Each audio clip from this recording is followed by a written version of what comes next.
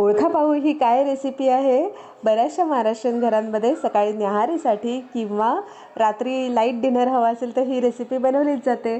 तुम्ही बरोबर ओळखलंच असेल, ही आहे तिखट मिठाच्या सांजाची रेसिपी। नॉर्मली काय होतं ना, ही एक ट्रेडिशनल रेसिपी आहे, पण हल्ली सर्रास सगळ्या घरांमध्ये उपमा खूप क्विकली बनवला जातो। पण ही रेसिपी काय कायना माहिती आहे, काय कायना नाही माहिती। तर नॉर्मली ही रव्यापासूनच बनवली जाते, जसं उपमा बनवतो तशीच आहे। थोडासा फरक आहे आणि ती परफेक्टली ऑथेंटिकली कशी करायची ती मी आज तुम्हाला दाखवत आहे। तर सगळ्यात अगोदर आपल्याला काय करायचं आहे, कढईमध्ये तुपावर रवा भाजून घ्यायचा आहे, जसं आपण उपम्यासाठी भाजतो तसंच। जर तुपावर असेल तसंही करू शकता। साधारणपणे 2 आणि त्याच्यामध्ये 1 कप रवा मी भाजून घेत आहे। जोपर्यंत रवा भाजून तयार होतं ना, तोपर्यंत आपण कांदा मिरची चिरून घेऊया। यामध्ये बाकी कोणत्याही व्हेजिटेबल घालायची गरज नाही आहे। जर तुम्हाला आवडत असेल तर तुम्ही आलं लसूण बारीक चिरून घालू शकता, पण मी आलं लसूण अजिबात वापरत नाही यामध्ये। मला फक्त कांदा मिरची आणि कढीलिंब याच जिन्नसांमध्ये मज्जा येते। तर जोपर्यंत आपला रवा भाजून होता तोपर्यंत जसं मी म्हटलं तसं कांदा मिरची आणि कढीलिंब आपण चिरून घेऊया। जर तुम्हाला नारळ खरवडून घ्यायचा असेल तोही तुम्ही या स्टेजला करू शकता, म्हणजे एकीकडे बाकीची तयारी आपली होऊन जाते। जनरली बऱ्याचशा काही ओल्ड एज घरांमध्ये अजूनही ही रेसिपी बनते। तिखट मिठाचा सांजा खूप छान लागते। लंचमध्ये किंवा डिनरमध्ये अगदी हलकं फुलकं काही खायची इच्छा होत असेल ना, तर ही बेस्ट रेसिपी आहे। म्हणजे रेग्युलर व्हेजिटेबल उपमा किंवा नॉर्मल उपमा खाऊन कंटाळा आला असेल, थोडासा एक स्पायसी ट्विस्ट हवा असेल तर ही रेसिपी उत्तम आहे।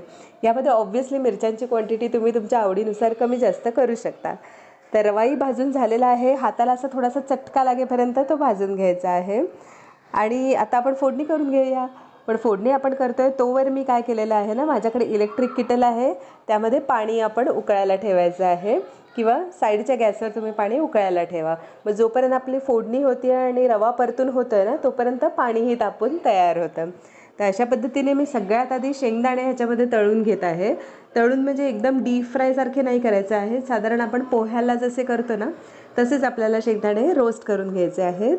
साधारण असे ब्राउनिश झाल्यानंतर त्याच्यामध्ये नॉर्मल फोडणी करून घ्यायची आहे।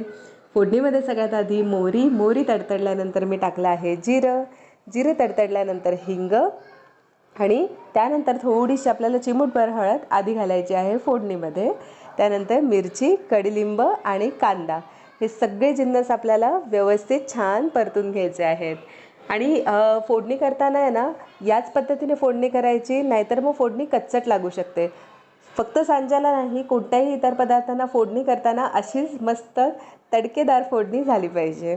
तर या स्टेजला आपल्याला कांदा आहे ना ब्राऊन वगैरे करून घ्यायचा नाही आहे, खूप जास्त शिजवून घ्यायची गरज नाही आहे। थोडासा असा तो ट्रान्सपरंट झाला ना की बस त्या स्टेजला आपण थांबवायचं आहे। हे बघा, अशा पद्धतीने थोडासा तो लालसर होत येतो आणि या स्टेजला आपण हळद घालून घ्यायची आहे, आणि हळदही थोडीशी परतून घ्यायची आहे। हळद परतून घेणं इम्पॉर्टंट आहे, नाहीतर मग त्याची टेस्ट अशी थोडीशी कडवटसर लागते। त्यामुळे हळदही आपण व्यवस्थित परतून घ्यायची आहे, आणि लगोलग त्यामध्ये आपण घालायचा आहे भाजलेला रवा, आणि तोही फोडणीत व्यवस्थित परतून घ्यायचा आहे। ही रेसिपी तुम्ही कस्टमाइज करू शकता, म्हणजे तेल तूप मिरच्या वगैरे याची क्वांटिटी तुम्हाला हवी असेल तशी तुम्ही कमी जास्त करू शकता। असं काही परफेक्ट प्रमाण नाही आहे। आणि कोणाकोणाला हा तिखट पिठाचा सांजा असतो तो खूप मोकळा आवडतो, काही लोकांना तो थोडासा सॉफ्ट आवडतो, त्याप्रमाणे पाण्याची क्वांटिटीही तुम्ही कमी जास्त करू शकता। पण हां, बेसिक रवा छान शिजला गेला पाहिजे। तर आता रवा भाजून झाल्यानंतर परतून झाल्यानंतर फोडणीमध्ये आपण थोडं पाणी घालायचं आहे, आणि थोडंसं पाणी घातल्यानंतर लगेचच आपल्याला घालायचं आहे दही। मी साधारणपणे 2 चमचे घातलं आहे। घरात जे रेग्युलर दही अवेलेबल असेल ते घालायचं आहे, आंबट असलं तरीही काही हरकत नाही। अशा पद्धतीने दही व्यवस्थित मिक्स करून घ्यायचं आहे। आणि मला अजूनही थोडेसे असे रवाळ दाणे दिसत आहेत पांढरे, त्यामुळे मग मी थोडंसं पाणी अजून घालणार आहे। तुम्हाला एकदम मोकळा बनवायचा असेल तर थोडंसं पाणी घाला, पण मला सॉफ्ट आवडतो आणि माझी लहान मुलगी आहे तिलाही सॉफ्ट आवडतं, त्यामुळे मी पाणी थोडं ह्याच्यामध्ये एक्स्ट्रा घातलेलं आहे। पण लक्षात ठेवायचं, व्यवस्थित शिजवून घ्यायचं आहे वाफेवर। आता मी थोडंसं एक्स्ट्रा पाणी याच्यामध्ये घालत आहे, पुन्हा एकदा शिजवून घ्यायचे आहे, कारण तुम्हाला जेवढं दिसतं ना त्याच्यापेक्षा तो थंड झाल्यानंतर रवा अजून पाणी ॲब्झॉर्ब करतो आणि ड्राय होत जातो, त्यामुळे त्या हिशोबाने अंदाज घेत तुम्ही पाणी घालायचं आहे। नॉर्मली आपण उपमा बनवतो तेव्हा 1 कप रव्याला 2.25 ते 2.5 कप आपण पाणी घालतो, तसं तुम्ही हिशोबाने मेजरमेंट ठेवून वापरलं तरी काही हरकत नाही. चला तर मग वाफ काढून घेतलेली आहे आणि आता अंदाज आला आहे की रवा किती फुललेला आहे. त्यानुसार आपण मीठ याच्यामध्ये घालायचं आहे. आधी मीठ घातलं आणि रवा कमी जास्त फुलला तर आपला अंदाज चुकतो. त्यामुळे या स्टेजला मीठ घालून घ्यायचं आहे, व्यवस्थित मिक्स करून घ्यायचं आहे. आणि आता आपण मीठ घातलेलं आहे म्हणून परत एकदा वाफ काढून घ्यायची आहे. 2 ते 3 मिनटं वाफ काढून घेतल्यानंतर सांजा आपला एकदम तयार आहे. ते कसं ओळखायचं हे बघा. त्या कढई किंवा पॅनच्या कडा सोडायला लागतो म्हणजे तो प्रॉपरली शिजलेला आहे असं तुम्ही समजू शकता. आणि वरतून घालायचं आहे मस्त ओलं खोबरं आणि बारीक चिरलेली कोथिंबीर. तुम्ही खरवडलेलं ओलं खोबरं घालू शकता. माझ्याकडे स्ट्रिप्स होत्या ओल्या खोबऱ्याच्या ज्या मी रेडीमेड आणलेल्या होत्या, मी त्याच वापरल्या आहेत. अशा पद्धतीने व्यवस्थित मिक्स करून घ्या. आणि याच्यामध्ये डेसिकेटेड कोकोनट वगैरे नाही वापरायचं आहे, खवलेलं फ्रेश खोबरंच वापरायचं आहे. त्याची चव खूप छान येते.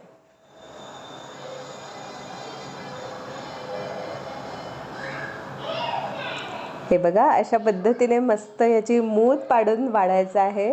वाढायची खूप छान पद्धत असते. जनरली आपण उपमा किंवा सांजा अशा पद्धतीने सर्व करतो किंवा भाताची मूदही अशा पद्धतीने सर्व करतो. तशीच सांजाचीही मूद पाडून घ्यायची आहे. दिसायलाही खूप छान दिसतं, प्रेझेंटेबल दिसतं आणि ज्यांना आवडत नसेल ना त्यांनाही खायची इच्छा होते जर अशा पद्धतीने बनवलं असेल तर. हे बघा मस्त मूद पाडून घेतलेली आहे. दिसायला खूपच अट्रॅक्टिव्ह दिसत आहे.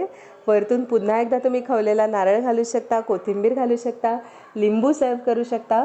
पण आपण दही घातलेलं आहे त्यामुळे थोडासा आंबटपणा ऑलरेडी आलेला आहे म्हणून मी याच्यामध्ये ॲडिशनल लिंबू घालत नाही आहे. तुम्हाला जर आवडत असेल तर तुम्ही नक्कीच घालू शकता. तर तयार आहे आपला तिखट मिठाचा सांजा. तुम्ही बघू शकता एका स्कूपमध्ये किती छान मस्त त्याची टेस्ट येणार आहे. नक्की ट्राय करून बघा. यूट्यूब मराठी रेसिपीजला सबस्क्राईब करा.